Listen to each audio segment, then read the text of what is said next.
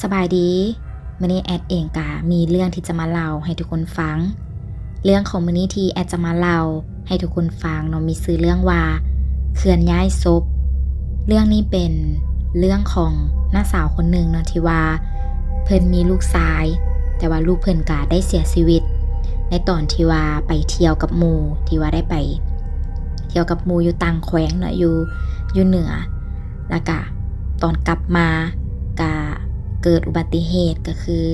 รถได้ปีนตกลงเหวเนาะก็บ่ฮู้ว่าเป็นสาเหตุหันย้อนหยังแต่ว่าพากันซิกพากันอีหยังแล้วก็ว่ารถหันก็บ่ได้มีปัญหาหยังแล้วเพิ่นก็เสียใจแฮงเนาะเรื่องนี้เป็นแบบลูกชายเพิ่นเสียแบบลูกชายเพิ่น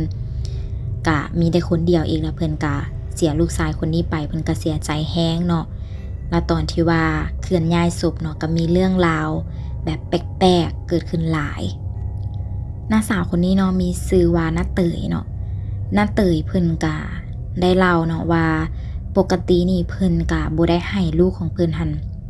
ไปไกลเนาะถ้าจะไปนี่ก็จะแม่นพ่อหรือว่าเพิ่นเองที่ว่าจะเป็นคนที่ว่าขับรถไปส่งถ้าไปเล่นต่างแขวงหรือว่าไปไสก็แล้วแต่เนาะที่ว่าไปไกลน้าเตยนี่ก็จะให้ลูกชายของเพิ่นหันขี่ยนต์ไปเอาเนาะก็บ่ค่อยที่ว่าจะให้ลูกชายหันเอารถไปเองเพราะว่าลูกชายเพิ่นก็อายุหาแต่22ปีเพิ่นก็บ่ค่อยให้ลูกชายได้จับรถเนาะเพิ่นอยากให้ลูกชายเพิ่นหันอายุ25-26ปีแล้วจึงให้จับเนาะเพราะว่าน้าเตยเองเพิ่นก็บอกว่าลูกชายของเพิ่นหันจะเป็นคนที่ว่าขับรถไวและเป็นคนที่มักแบบไปสร้างสรรค์กับหมู่เพราะฉะนั้นเวลาจะไปลิ้นใส่ก็แล้วแต่ก็จะเป็นน้าเตยแล้วก็พอเพิ่นเองที่ว่าไปส่งแต่ว่าเทื่อนี้ที่ว่าเพิ่นยอมให้ลูกไปเนาะเพิ่นก็บ่ฮู้ว่าเป็นหยังเนาะเพิ่นจึงยอมให้ลูกไปเพราะว่าก่อนมื้อที่ว่าลูกชายจะขอไปเล่นหั่นแม่นมื้อนั้นหั่นเพิ่นได้ไปไหว้พระเนาะไปไหว้พระอยู่วัดนึงก็คือไปเฮ็ดบุญหั่นล่ะไปเฮ็ดบุญละบัดนี้เพิ่นไปแล้วเพิ่นไปขอเนาะเพิ่นก็ไปขอให้ผัวของเพิ่นหั่นเฮ็ดเวียกแบบว่าราบรื่นดีเนาะเพราะว่าผัวเพิ่นเฮ็ดธุรกิจส่วนตัวก็คือแบบเฮ็ดก่อสร้างเนาะเฮ็ดรับเหมาก่อสร้างแต่ว่าพักหลังๆมาก็จะประสบแบบความหมายว่ามีปัญหาหน่อยนึงคือมีปัญหาเรื่องการเงินแล้วก็เรื่องแบบลงกับลูกค้าเนาะน้าเตยเองเพิ่นก็เลยแบบว่าไปไหว้พระกับเอื้อยเนาะก็เลยหาโอกาสนี่แหละที่ว่าขอพรน้าเตยเพิ่นก็ได้ขอเพิ่นก็ได้บะเนาะว่าถ้าเวียกงานราบรื่นเพิ่นก็จะถวายปูนให้กับวัดเนาะจำนวน1ต้นแล้วเพิ่นก็จะมีหมูมีไก่อะไรตามคือบะทั่วไปแล้วพอที่ว่าน้าเตยเพิ่นขอพรแล้วเนาะเพิ่นก็กลับมาบ้านปกติตอนนั้นก็บ่มีเรื่องหยังกลับมาบ้านเวลามื้อต่อมาแม่นนั่นอยู่ๆลูกชายของน้าเตยเนาะก็ย่างมาขอน้าเตยไปลิ้นว่าอันหมู่สวนแบบว่าคือวัยรุ่นเนาะก็จะมักเวลาไปไกลก็จะมีแบบ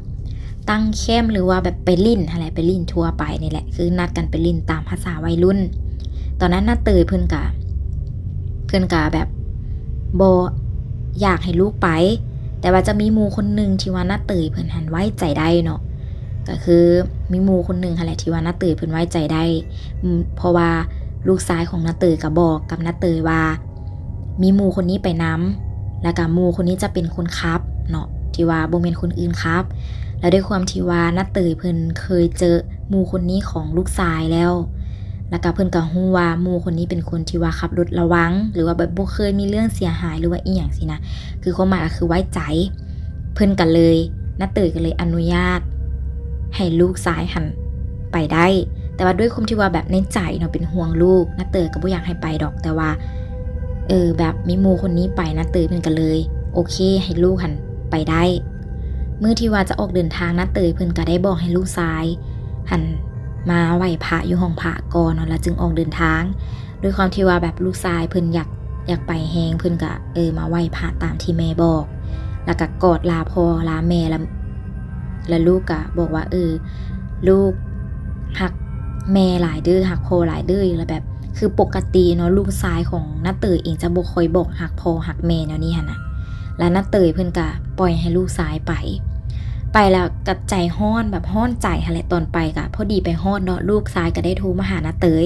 ก็บอกกับน้าเตยว่าลูกฮอดแล้วเด้อสิแล้วก็บอกว่ากับล้มกันตามภาษาแม่ลูกเนาะน้าเตยก็บอกลูกว่าอย่าสู้กินเมาหลายเด้อเวลาสิมากะเวลาเดินทางก็ให้โทรหาแม่แน่แม่สิไหว้พระอยู่ทางนี้และลูกชายน้าเตยก็โอเคไปกะเวลาผ่านไปเนาะแต่ว่าคืนที่ว่าคือไป3มื้อเนาะจะไป3มื้อละคืนที่ว่าคืนนั้นลูกชายคืนที่ว่าใกล้จะกลับลูกชายก็ได้โทรมาบอกกับแม่ว่าแม่ลูกอันจะเดินทางมื้ออื่นเช้าเด้อแม่ก็คืนนั้นน้าเตยเองเพิ่นก็ลุกไปสวดมนต์ไหว้พระเนาะให้มื้ออื่นให้ลูกเดินทางปลอดภัยพอคืนนั้นนอนเนาะน้าเตยเองเพิ่นก็ฝันเนาะว่ามีผู้ชายคนหนึ่งที่ว่าอยู่ในหนองน้ำเนาะอยู่หนองน้ำที่ว่าเป็นหนองน้ำใหญ่หันย่างขึ้นมาจากหนองน้ำหันแล้วมายืนอยู่บนทางเนาะอยู่แคมทางแล้วก็มีรถคันหนึ่งหั่นนะแล่นผ่านมาแล้วผู้ชายคนนั้นหันแล่นไปตัดหน้ารถคันนั้นแล้วรถคันนั้นแบบหักเลี้ยวตีเลี้ยวแล้วก็ตกลงเหวแล้วก็กลายเป็นภาพอีกภาพนึงก็คือภาพคือสภาพคือลูกชายของน้าเตยหันแม่นคอขาดแล้วก็แขนขาดเนาะคือแบบอวัยวะหันกระจัดกระจายแล้วตอนนั้นน้าเตยเองเพิ่นก็สะดุดตื่นเนาะเพิ่นคิดว่าเพิ่นฝันบ่ดีแล้วเพิ่นก็นั่งตั้งสติอยู่ดนเติบแล้วเพิ่นก็เล่าความฝันนี้ให้ผัวฟังแล้วผัวเพิ่นก็บอกว่าฝันแนวนี้บ่ดีบอกลูกอันเดินทางเป็นมือใหม่ได้บ่หรือว่าอันให้ลูกหันขี่ยนต์กลับมาแล้วคืนนั้นน้าเตยเพิ่นก็โทรหาลูกชายของเพิ่นแต่ว่าลูกชายเพิ่นก็บ่รับเนาะก็โทรจังได๋ก็บ่รับและน้าเตยเพิ่นก็คิดว่าลูกน่าจะนอนแล้วก็เลยวางสายไปและคืนนั้นเนาะน้าเตยมืดคืนเลยเพิ่นนอนบ่หลับและมื้อต่อมาลูกชายของน้าเตยก็โทรมาบอกว่าตัวเองหันกำลังออกเดินทางแล้วน้าเตยเพิ่นก็ใจร้อนแฮงเนาะแล้วมื้อนั้นน้าเตยเพิ่นกำลังเข้าครัวอยู่แล้วแบบใจเพิ่นลอยจนเฮ็ดอีหยังบ่เป็นละจนแบบว่าเพิ่นต้มแกงอยู่นะไก่จนไหม้หม้อแล้วน้าเตยเพิ่นก็โทรหาผัวเนาะบอกว่าตัวเองหันใจร้อนบ่ไหวแบบคือแบบมีไฟแบบไฟซุ่มอกนี่นะแบบความว่าเป็นห่วงลูกก็จะโทรเซ็กอยู่ตลอดแล้วลูกชายของน้าเตยก็บอกเนาะว่าแม่บ่ต้องโทรเซ็กเฮาตลอดก็ได้เฮาฮ้อนเฮาจะโทรหาเพราะว่าตอนนี้อยู่ในรถอยู่แล้วบัดนี้พอเนาะเวลาผ่านไปประมาณ1ชั่วโมงหรือ2ชั่วโมงนี่แหละมีหมู่คนนึงโทรมาหาน้าเตยบอกกับน้าเตยว่ารถหันประสบอุบัติเหตุณตอนนี้หันทุกคนหันพากันเจ็บหนักมีแต่ว่า 2-3 คนที่ว่าบ่เจ็บแต่ว่าลูกของน้าเตยลูกชายของน้าเตยนี่บ่แน่ใจว่าจะรอดหรือบ่เพราะว่าลูกชายของน้าเตยเป็นคนขับรถเองแล้วตอนนั้นน้าเตยที่ว่าเพิ่นได้ยินแบบนั้นเนาะเพิ่นถึงกับช็อกเลยเพิ่นอึ้งไปหลายนาทีเลยแล้วเพิ่นจนเป็นลมแล้วก็ประมาณตกค่ายแรงกะหน่วยกู้ภัยอีหยังแหละโทรมาแล้วบัดนี้ก็โทรมาแล้วก็เอาศพไปไว้บนใดนี่แหละอันนี้คือน้าเตยเพิ่นก็บ่ได้บอกเนาะเพิ่นก็มีแต่ว่าให้ไปรับศพลูกแล้วน้าเตยกับผัวหันก็ได้ขี่รถไปรับแล้วหิวตัวนั้นก็เลิกแหงแบบสูงและสภาพศพเนาะคือน้าเตยบอกว่าสภาพศพของลูกเพิ่นหั่นนะแบบว่าคือกับในฝันเป๊ะเลยแต่ในฝันหันก็จะเป็นหัวขาดแต่ว่าลูกของน้าเตยหันหัวบ่ขาดแต่ว่าก็เกือบขาดอีกหน่อยนึงหันก็แม่นขาดออกจากบ่าแล้วก็มีแขนเบื้องนึงหันขาดแล้วก็มีขาเบื้องนึงขาดแล้วก็อยู่บนนั่นทั้งข้างเนาะก็จะเป็นแบบไม้หันทะลุเข้ามาในโตหั่นนะแล้วน้าเตยเพิ่นเห็นสภาพเนาะเพิ่นรับบ่ได้เพิ่นกอดลูกให้แท้ให้วางให้จนใจจะขาดแล้วพอเพิ่นมาตั้งสติได้เพิ่นก็มาถามเหตุการณ์ต่างๆเนาะก็มีหมู่คนนึงเล่าว่าตอนทำอิฐเนาะลูกของน้าเตยหันก็บ่ได้อยากคับแต่ว่าพอมาพักมันจะมีจุดพักเนาะมีพักอยู่หันละทุกคนแบบพากันเมาข้างแน่แล้วก็เมื่อยแน่หมู่ที่ว่าทำอิฐหมู่ขับรถมาหันเมื่อยก็เลยบอกให้เปลี่ยนแต่ว่าตอนนั้นบ่มีไผได้สติทอลูกชายของน้าเตยแล้วนะก็เลยเปลี่ยนให้ลูกชายน้าเตยหันขับแล้วตอนที่ว่าลูกชายน้าเตยขับเนาะหมู่ก็บอกว่าบ่ได้ขับไวได้ขับแบบพอดีพอประมาณแบบบ่ได้ขับไวแล้วก็บ่ได้แซง บ่ได้แซงรถคันใดแต่ว่าตอนนั้นลูกชายนาเตยห้องแบบว่าห้องเฮ้ยบัดนึงขึ้นแล้วก็หักเลี้ยวแล้วตอนนั้นเนาะหมู่คนนั้นก็บอกว่าอยู่ต่อหน้าหั่นนะบ่มีรถคันใดเลยบ่มีหยังเลยแต่ว่าลูกชายของนาเตยห้องเฮ้ยบัดนึงแล้วก็รถหันเจือกปัดท้ายตกเหวไปเลยแล้วพอนาเตยเพิ่นได้ยินแบบนั้นเนาะเพิ่นก็แฮงแบบเสียใจแบบเสียใจแฮงเสียใจแล้วก็นาเตยเพิ่นก็ขอโทษที่ว่าลูกชายเพิ่นขับและเฮ็ดให้เรื่องเกิดแบบนี้นะแต่ละคนก็พากันเจ็บหนักแต่ว่าบ่มีไผถึงกับแก่ชีวิตแต่ว่ามีแต่ลูกชายของนาเตยคนเดียวที่ว่าตายแล้วก็เป็นสภาพศพที่แบบว่านาเตยเพิ่นจดจำจนฮอดมื้อนี้พอหลังจากที่ว่าแบบเฮ็ดอีหยังแล้วเรียบร้อยเนาะรับศพกลับบ้านก็ได้เซาเอารถเนาะรถตู้หั่นขับมาแล้วตอนที่ว่าเซารถตู้เนาะคือนาเตยกับผัวนาเตยก็ขี่รถมานำกันเนาะแล้วรถใหญ่ของนาเตยหันก็ให้หลานชายคนนึงหันขับเมื่อแล้วขี่รถตู้ไปเนาะแล้วตอนที่ว่าขี่รถตู้ไปอยู่ๆแบบรถตู้ก็กำลังปกติแต่ว่าตอนนั้นอยู่ๆรถตู้ก็แบบดับๆติดๆแล้วเป็นแบบตึกๆหั่นนะเป็นแบบคือเฮาเข้าเกียร์ผิดหั่นนะคือรถกระตุกแล้วก็ดับขี่ไปได้แป๊บนึงแล้วก็ดับแล้วตอนนั้นนาเตยคิดว่าลูกหัน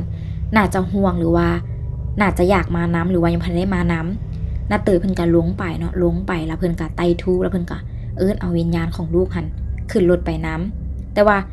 ตอนนั้นหันก็รถยังพันได้สตาร์ทเลยได้ประมาณ30นาทีรถจึงสตาร์ทติดพอรถสตาร์ทติดก็ขี่ไปปกติแล้วก็เอาศพมาเนาะเอาศพมาก็เฮ็ดพิธีแล้วเวลาผ่านไปเนาะจนพิธีงานศพอีหยังแล้วเนาะเจ้าของรถ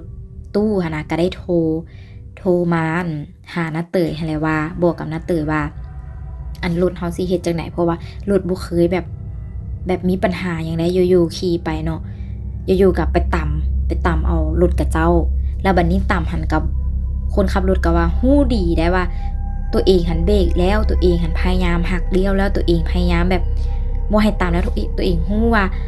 รถตัวเองเป็นแนวใดแต่ว่าตอนนั้นเนาะคือว่ามีคนหันขับรถของเพิ่นเองแต่ว่าตามก็บ่ได้ตามแฮงตามพอดาดแต่ว่ารถก็เพหั่นนะเพิ่นก็ต้องสดใสรถที่ว่าเพิ่นไปตามแล้วนาเตยเพิ่นได้ยินแบบนั้นเพิ่นก็ไปเบิ่งเนาะตอนที่ว่าเพิ่นไปเบิ่งรถหันนาเตยก็ลงไปเบิ่งแล้วตอนนั้นนาเตยเพิ่นในใจเพิ่นคิดก่อนเพิ่นจมหาลูกของเพิ่นพอเพิ่นจมแล้วเท่านั้นแหละรถก็สตาร์ทปื้นตืดปื้นบัดนึงและนาเตยเพิ่นก็ตกใจแล้วเพิ่นก็คิดว่าน่าจะแม่นลูกของเพิ่นแท้ๆนาเตยก็เลยบอกกับเจ้าของรถเนาะว่าจะหาอาจารย์หาครูบาเพิ่นมาสูดรถให้พออันตกลงกันแล้วเรียบร้อยเนาะนาเตยเพิ่นก็ไปล้มนํอาจารย์ครูบาอย่างนี้แหละและอาจารย์ครูบาเพิ่นก็มาเฮ็ดมาสูดรถมาอย่างให้แล้วตอนที่ว่าสูดนั้นรถก็แบบสตาร์ทแล้วก็ดับตึดสินะละนาเตยเองเพิ่นก็จมในใจเนาะบอกให้ลูกหันบ่ต้องห่วงแล้วบอกให้ลูกบ่ต้องรู้สึกผิดแล้วก็แม่หันบ่ถือโทษโกรธลูกสิหะนะแล้วรถก็จึงเซาแล้วก็ประตูรถหะนะเปิดออกบางแฮงๆแล้วก็อัดเองแล้วนาเตยเพิ่นก็เลยคิดว่าลูกเพิ่นหันน่าจะรู้สึกผิดบ่หรือแนวใดเนาะนาเตยเพิ่นก็พยายามจมแล้วก็พยายามแบบเว้าหาว่าให้ลูกบ่ให้รู้สึกผิดแล้วจนแบบทุกอย่างแล้วเรียบร้อยเนาะนาเตยเพิ่นก็ไปเฮ็ดบุญเฮ็ดอีหยังให้ลูกนั่นแหละแล้วก็มื้อที่ว่าเฮ็ดบุญใหญ่เนาะนาเตยเองเพิ่นก็ได้ฝันเห็นลูกชายมาในสภาพที่ตายแบบใดละมาในสภาพนั้นเลยมาแล้วมานั่งคุกเข่าอยู่ต่อหน้านาเตยเนาะแล้วก็ขอโทษนาเตยว่าลูกผิดไปแล้วพอนาเตยตื่นจากฝันเนาะพอนาเตยตื่นจากฝันละกรอบรูปที่ว่าอยู่ข้างเตียงของนาเตยหันก็หล่นลงมาพื้นแล้วกรอบรูปนั้นก็แตกแต่ว่าแก้วหั่นน่ะสัมผัสไปตัดอยู่บนนั้นรูปคอของลูกชายเพิ่นหั่นน่ะก็เลยแบบเป็นภาพคอลูกชายหักไปเบื้องขวาแล้วนาเตยก็แบบเสียใจเนาะเสียใจที่ว่าบ่ห้ามลูกในมื้อนั้นน่ะเสียใจจนฮอดมื้อนี้แล้วก็เพิ่นก็พยายามเฮ็ดบุญให้ลูกได้ไปเกิดบนพระภูมิที่ดีหั่นแหละบนที่ดีและนี่ก็คือเรื่องราวของนาเตยเนาะแล้วก็เป็นเรื่องที่ค่อนข้างที่จะแบบเป็นตาย้านและเรื่องก็จบเพียงเท่านี้นะทุกคนเดี๋ยวแอจะพยายามไปหาเรื่องมวลๆมาเล่าให้ทุกคนฟังแล้วเจอกันใหม่คลิปหน้า